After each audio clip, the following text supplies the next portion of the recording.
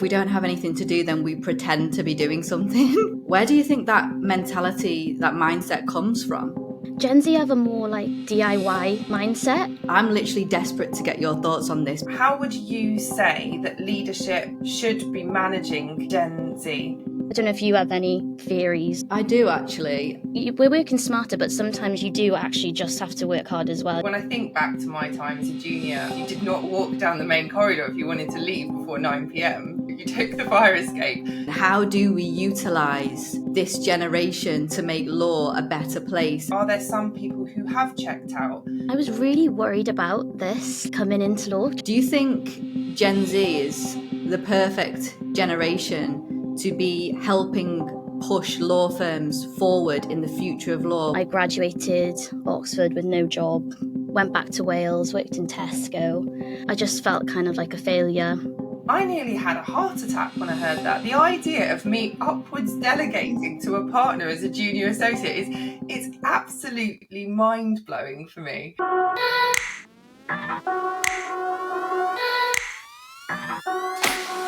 Gen Z could transform the future of law, yet many law firms struggle to attract and retain this generation of lawyers. The reason?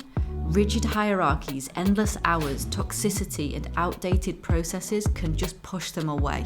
But when motivated the right way, they can bring innovation, efficiency, and fresh perspectives that law firms need. The next generation isn't the problem, they are the solution. In this conversation, we're sitting down with Natalie Thomas, legal business analyst at Perkins Coie. She went from studying at Oxford University to working in Tesco in southwest Wales, to then being part of the founding team helping launch the London office of the US law firm Perkins Coie. We talk about how Gen Z can help drive law firm growth, challenge traditions, and question inefficiency to shape a better, smarter, more sustainable legal industry. So, Natalie, I'm literally desperate to get your thoughts on this because on the podcast, we've been speaking to a lot of managing partners who are obviously in I would say the baby boomer generation, I would say mainly. And they're all like baffled with the whole Gen Z thing and, oh, how's Gen Z going to be when they, come up into more senior positions. But I know at Perkins Coie it's slightly different because you're more open to letting people have more responsibility. This is what I hear anyway from speaking to you guys. But I'd love to hear from your perspective how you think Gen Z thinks differently within law, because some people say, oh, Gen Z are lazy and they want to find like the quickest ways of doing things. But on the other hand, other Gen Z people want to do more entrepreneurial things and upskill and get more of a skill set and do things on the side, like side hustles and stuff. So what's your experience? Yeah, that's like a super pet peeve of mine is when people slag off Gen Z. Like it really gets to me because I don't see it that way at all. I think we just work smarter and are more efficient. And why would you put in hours to something when you could just do it 10 times quicker? I don't think I think someone said before, like the culture kind of back in the day was you have to like be visibly in the office and like acting busy, and you like leave your coat on the chair even though if you went there, so like your boss would think you're in the office. And that's not to say that we're not in the office like working really hard, because we are. I just don't think we have that mindset. Yeah, I guess because that is quite toxic really. If you're not busy, like why are you pretending? But I still think we work really, really hard. We just might find more creative solutions. And also from my experience, we're a lot more collaborative. We share ideas more. And again, I don't know if that's just because the culture's a little bit different nowadays. Yeah, with tech and collaboration, I think we're just a lot more efficient. When you're working with law firms and other companies, to be fair, but specifically law firms, I think a lot of challenges crop up in terms of working with different generations, and especially with, Gen Z moving up the ranks and working with other generations like millennials and baby boomers and Gen X. And it can sometimes be a massive conflict. I mean, this is what I've found anyway. in law firms, and I'd love to get your views about how it works at Perkins Coie and how you think people of different generations can actually come together and work well as a team within law. Yeah, that's really interesting. I was really worried about this, like coming into law, just because obviously law, the legal profession is kind of known for being quite stuffy, hierarchical, and I've never really been in that kind of environment before, so I was really nervous coming into it. But honestly, like that just hasn't really been my experience. And this isn't like a marketing spiel for the firm or anything, like it's actually genuine. It's a lot flatter than I would have initially thought. And I just feel like there's a lot of learning and an exchanging of learning there. So, for instance, like just a lot of reverse mentoring. So, a lot of the more senior partners, for instance, are just like constantly wowed by, we think from a Gen Z perspective, of quite like easy, simple, technical stuff. Like, I remember I made like a QR code once using a website, and they were like bamboozled. Like, oh my god, this is so amazing. But yeah, and other things like that. I think they really appreciate the kind of technical savvy skills, and they're really good at uplifting the younger generation in that way. And then just from my perspective, learning, because obviously they've got that experience, learning how they deal with people with situations that they've gone through so many other times before. So it's just kind of like that learning. I've not really felt there's that huge hierarchy, and I just feel like super empowered. And I think, I don't know if that's like unique to the firm, but that's been my kind of experience. And it's really cool as well working with the millennials, because millennials are obviously very close in age to the Gen Zs, and they're just like super chill and a lot more human than I would have thought. So yeah, I've had a great time. So I just think I think that kind of just learning from each other and that reverse mentoring is super important to learning. But yeah, I've not really had much conflict. I find it so scary that millennials referred to as, I thought the millennials were going to be scary. I'm like, I still feel like I'm 20. Yeah, How literally. did this happen? And I don't know, it's like I've got a millennial brother, and I just don't, we're just like not that, we're not worlds apart, you know, so it's just been really nice. Yeah, they're just super empowering. I honestly do feel like a boss when I walk into work. They're just great. Like, yeah, they proper gas you up. I've just not really experienced it. And I think these skills are absolutely vital in law and within law firms. And I love the idea that, because like when I worked in law, I'm a millennial. When I worked in law, everyone around me was pretty much a millennial. And they all thought like, okay, if we don't have anything to do, then we pretend to be doing something because you gotta, I don't know, like what else do you do? But I love the idea that you think collaboratively and differently, smarter, think of innovative ways of doing different things. Where do you think that mentality, that mindset comes from? Well, I mean, it's like through university, I guess we all had access to different tech and like ChatGPT and stuff. So we've kind of always grown up with having solutions in that sense. But I don't really know. I just think that maybe as millennials have gone up the kind of hierarchy, things are changing as well. Well, to be fair, that's not even true, because I was going to say maybe the millennials have seen the mistakes from before and they want to correct it. But even like the baby boomers, as you say, with all of their experience, like for instance, Ian, the managing partner of Perkins Coie, he's taken all of his experience, looking back retrospectively and trying to change things from those past experiences. So I don't know, maybe it's just people are a lot more reflective, maybe since COVID as well. I don't know, I've never really stopped to properly think about it. I don't know if you have any theories or thoughts on it. I do actually. I think Gen Z have grown up in a generation of YouTube, podcasts, things where they've got access to a lot of information and a lot of people who are inspiring them to work smarter rather than harder, think in different ways. And I think you're right, like through COVID, I think this changed a lot of people, but particularly Gen Z, which I think were graduating around the time of COVID or getting the first jobs or whatever. So I think it's particularly interesting because they're used to working remotely and having more of a, I guess, work-life balance because they could work at home for a bit, and then I didn't really need to go into the office as much, you know, as we were going through those COVID years. So I think that potentially changed their mindset a little bit. that's all I can come up with, really. No, that's a good theory, to be fair. And like you said with YouTube, I think Gen Z have a more like DIY mindset. So like if I don't know how to do something, I'll just watch like a YouTube video. Like I don't know if like, there's an Excel thing that I don't know how to do, then I'll watch a YouTube video. And we're a lot more prone to like upskill. So I guess that leans into the efficiency thing as well. But yeah, I would agree with that, to be fair. It's really interesting what you say about upskilling there, because I think like I used to just have IT support on speed dial when I was at Linklaters training. But how much I think even in my generation, so I'm millennial, you know, you just ask for the help if you didn't know how to do it, or you'd think, okay, who do I go to? But I think in recent years, especially since running a business, now like YouTube is my best friend along with ChatGPT and a few other things like that. And I do very much respect that about the Gen Z generation, that it is that kind of, you know, I'm going to go to YouTube, I'll work things out. How do I work more efficiently? I mean, all of this makes sense to me. I guess I'm just a bit confused because when I think back to my time as a junior, I mean, you know, I would take the fire escape all the time. That was the thing you did. You did not walk down the main corridor if you wanted to leave before 9 p.m. Like, no, you took the fire escape. I would leave my coat on the chair. I was terrified of everything. Definitely, if somebody was more senior than me, I'd be terrified of them. I feel like a lot of people of my kind of cohort and generation were like that. And I guess I just wonder, how did that change? And has that changed for everyone?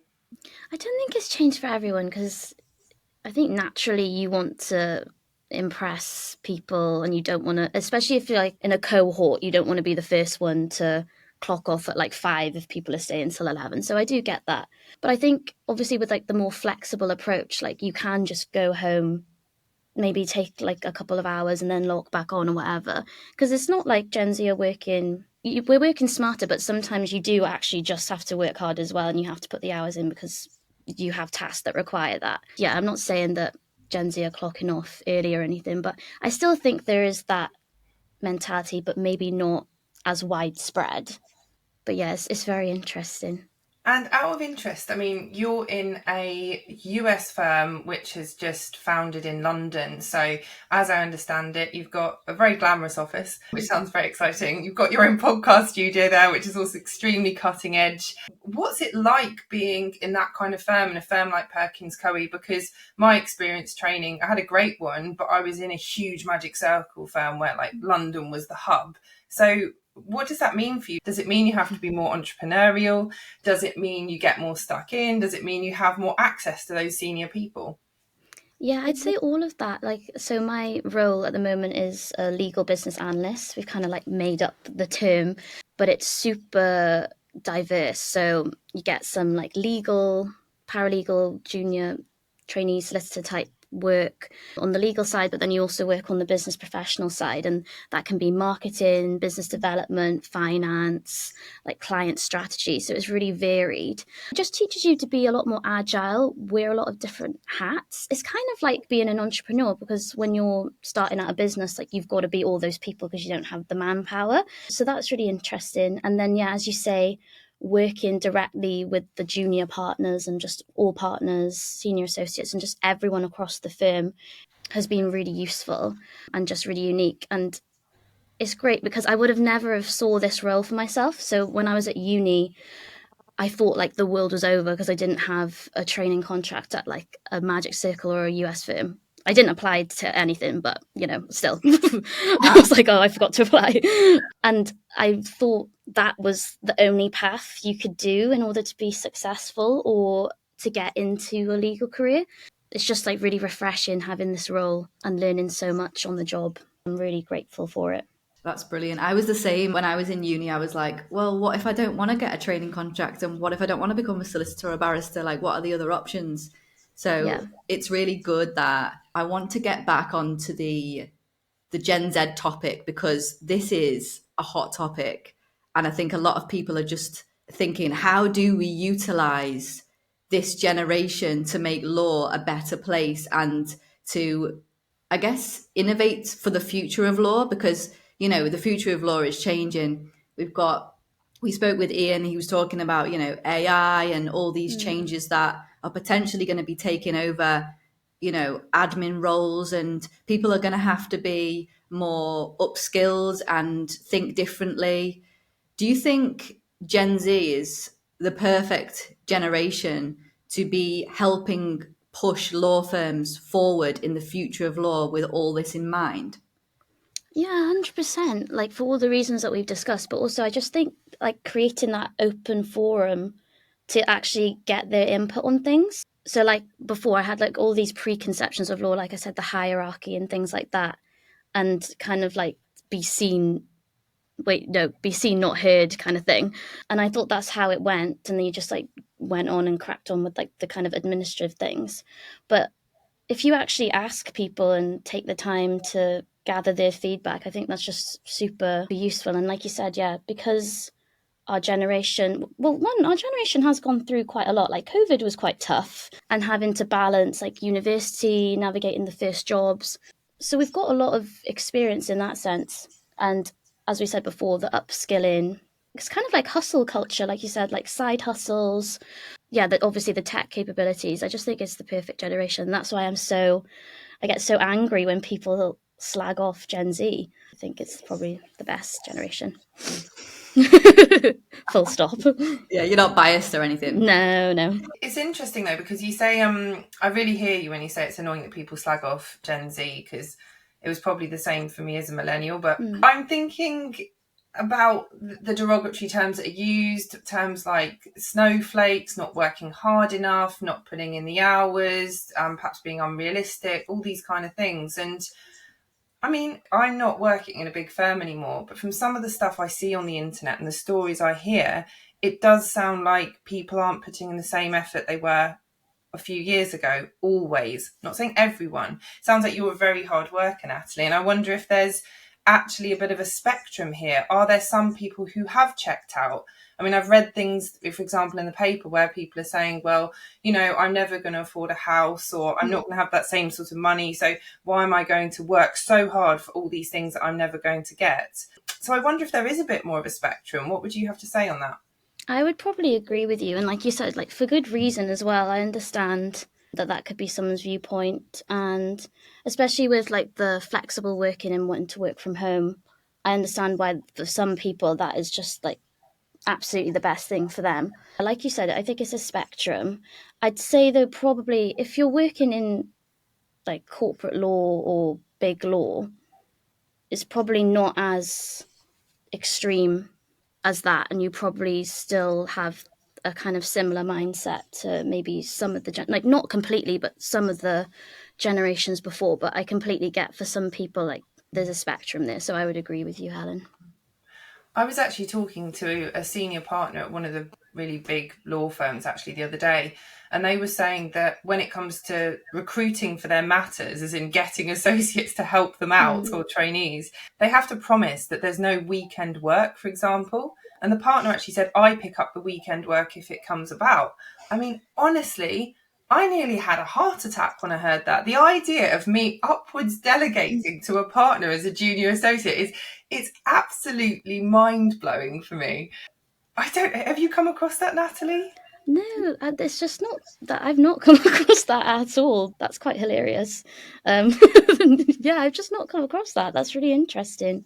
From my perspective, obviously, we want industries to change for the better, but realistically, when you go into certain careers, you know there's going to be a certain expectation. So I wouldn't have said like that would happen in law, but if it is, then that's really interesting. And maybe we should look into more like why that's the case.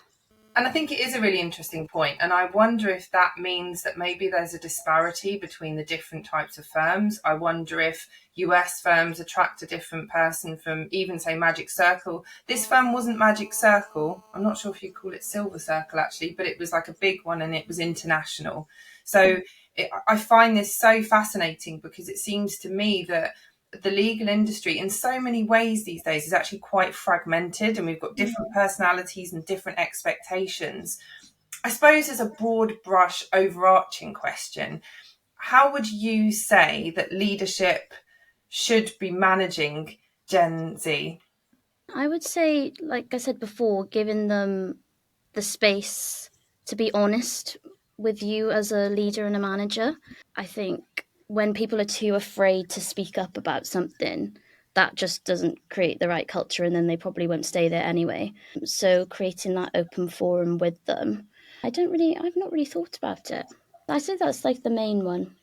I suppose just turning that back perhaps in a more personal way then, just thinking about, how do you like to be managed? How would someone get the most from you at your level if they were a senior leader or a leader? Yeah, I think give me good instructions, but also give me the space to kind of do my own thing and also try and make a project my own.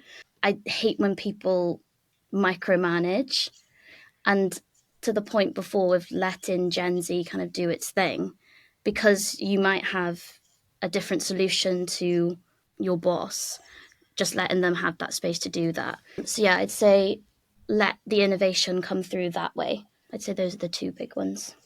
And would you be able to tell us a bit more about your journey through law, Natalie? Yeah, definitely. So I always kind of knew I wanted to go into law, but not enough to actually study it. So I studied history. But I'm from like a very small town in Wales where I don't really know a lot of people. Well, I didn't know anyone that did law. And the people I knew that went to university they stayed quite local. And then one day I decided I wanted to apply to Oxford with the help of an organisation called Zero Gravity. And Zero Gravity like matches up low opportunity students with mentors from the university that they want to go to. And at the time, it's just Oxford and Cambridge. So I had a mentor that went to Oxford and then got into Oxford. I just didn't really get the memo that you had to apply for like spring weeks or vacation schemes in the first or second year. And then all my friends kind of rocked up and had these vacation schemes. And then I just felt super behind. And then in my third year, I didn't bother applying for anything. I think one, because I was scared and I didn't want to get rejected in my final year. I just wanted to focus on my studies. So then I graduated Oxford with no job, went back to Wales, worked in Tesco. And I just felt kind of like flat, to be honest, because literally all of my friends that studied law got Magic Circle and top US training contracts on their first go. So I just felt kind of like a failure. Yeah, so I had to move back home. I thought, okay, I'll take a year out, figure out what I want to do and maybe apply on this year. And then Zero Gravity contacted me about a position as a founder associate. And it's kind of like an LBA, really. You work with a founder on all of their kind of projects that they're working on. And the founder of Zero Gravity asked if I wanted to work with the chairman of Zero Gravity, who's called Ian Bagshaw, and he had his own advisory company after leaving White & Case as the global co-head of the private equity practice. I just took a chance. I was promised that I could go to Switzerland, so I was like, why not? It's better than staying here at Tesco. So then, I started working for Ian. It's supposed to be for like 6 months, then it turned into a year, and we worked on loads of different things, like advising startups, doing investor outreach for startups. And then one day he was like, oh, I want to go back into law. Started talking to Perkins Coie, and then I kind of transitioned to Perkins Coie with Ian. But we were there right at the start, like pitching ourselves basically to the firm to be the ones to build out the London office. So yeah, that was really cool. So always kind of interested in law, but my route into it wasn't exactly conventional. And yeah, now I'm here. Wow, I love how you've told that story. I can see that, being at Oxford, back in Tesco in Wales and thinking, oh my gosh, I've kind of had those kind of moments in my life as well. And I love how you met Ian as well, who the managing partner of Perkins Coie now in London. And I just love how you met him and how that came about. And it seems like you've had such an entrepreneurial start to law. I mean, I can't imagine having to pitch to a US law firm before you've even done your training contract about basically running the Europe operations. That's crazy. How was that? It was wild. This is why I'm so grateful for the opportunity, because I've been able to run in the internship or vacation scheme. I've been helping with lateral partner recruitment. I've been running the business plan meetings. And like you said, it's just such a wild start into law. And it's just been amazing. I've been loving it. It's been busy, but I'm so grateful that I had this start. Honestly, that's such an incredible story. I wasn't expecting you to say that. And I don't know. I think it's just so cool that you've been able to have these all these incredible experiences just straight off the bat. And that set you up now for your whole career ahead. You know, imagine you're doing these crazy things now. What are you going to be doing in even 5 years' time? It's just absolutely wild, you know? Did you ever at any point think to yourself, how on earth did I get here? You know, I was working in Tesco in Wales and now I'm pitching to a massive US law firm. What's going on? Yeah, definitely. Like the imposter syndrome was like kicking in. And it's, you don't realize it until you like stop to think and look back. Because at the time it was just like go, go, go. But yeah, I can't believe it. And it was really nice. So in November it was Thanksgiving, and in the office we had this big Thanksgiving party, and we got to bring two people that have helped you get to where you are today. And I got to bring my parents and show them like the office and the views in London. And they came from Wales on like the 7-hour coach, and it was just really sweet. And I think at that point when I could see them see everything, then I was like, oh wow, this is really crazy. So that was really lovely. That's so nice that they were so personally involved in your journey, like able to see you, to see how far you've come.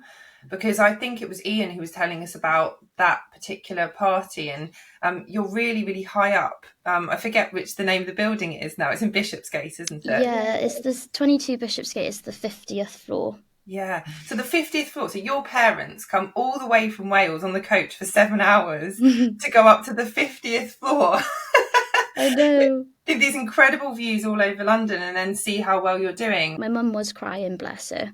I loved them seeing it as well because it's such an unconventional route, and also they're not in professional careers, so they don't know much about law anyway, so they wouldn't know much about like the traditional route, let alone this crazy route.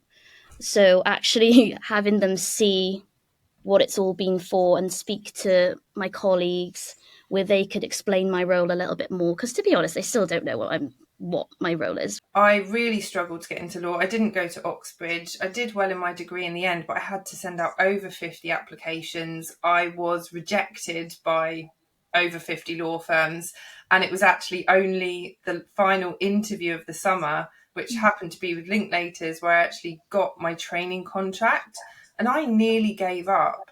Yeah. What would you say to a young person who wants to be a lawyer but thinks, I'm not from the right background, I don't have the money, I don't understand the city? Should they go for it? Sorry, first of all, that's actually crazy though that the one that took you was Linklaters. Like, that's so cool, but also it just, yeah. I think one of the most important things is having that network around you and the mentorship. So if you are from a background, like signing up to organisations like Zero Gravity is super important. Like I wouldn't have even, if I hadn't have gone to Oxford and if I hadn't have gone to Oxford, I would never have considered London for a start, because like all of my friends were from London. So I was like, oh, I might as well move to London. Not that you have to move to London, but you know, and I would have never have gone into law if I didn't go to Oxford. And I wouldn't have gotten into Oxford if I didn't have my mentor. So I think it's just really important reaching out to people and not giving up and thinking of ways that you can, because there's so much online now as well. It's like there's the virtual internships, and I know it's like super competitive, but just doing all you can. Because I also think if you make it to an interview, it's really hard getting your foot in the door application wise, but when people from socially mobile backgrounds get into interviews and like let their personality shine and their passion shine, I think that's really important as well. And that's from experience with recruiting for our summer internship last year. People just shine more in those interviews. So I just, yeah, definitely don't give up. And like from your experience, Helen, sometimes it only takes one, but sometimes it's a numbers game or like multiple cycles. Yeah, don't give up with that. Definitely not. Why do you think diversity will play a role in the future of law? I think because people are beginning to recognize just how important it is to have diverse people in your team, and how divergent thinking can really add to things. So, for instance, like clients want to see it number one, but also there's like an actual commercial imperative to hiring people from, say, low opportunity backgrounds. You know, if you're like a young carer or you've worked multiple jobs through university or through school, I think that kind of like grit and determination is something that you're not going to get anywhere else either. I also think like socially, I think most low opportunity or people from low socioeconomic backgrounds, they've had to interact with a lot more diverse set of people like throughout their lives. I think that's really important. And yeah, I just hope to see more as like the millennials go up the food chain. I just hope to see more diverse people in positions of power. If you haven't already done so, I definitely recommend checking out our previous episode with Ian Bagshaw, London office managing partner of Perkins Coie. In that conversation, we talk about how the industry is shifting, how to redefine talent acquisition, particularly focusing on low-income, high-talent individuals, and how to create an environment that nurtures talent. This episode is sponsored by Lex Influence, a legal marketing agency specializing in LinkedIn content and management and podcast services. We're not just shaping the future of legal marketing, we're redefining how law firms connect, influence, and lead. If you'd like more information, just go to the description of this podcast episode. Lex Influence, where law meets influence.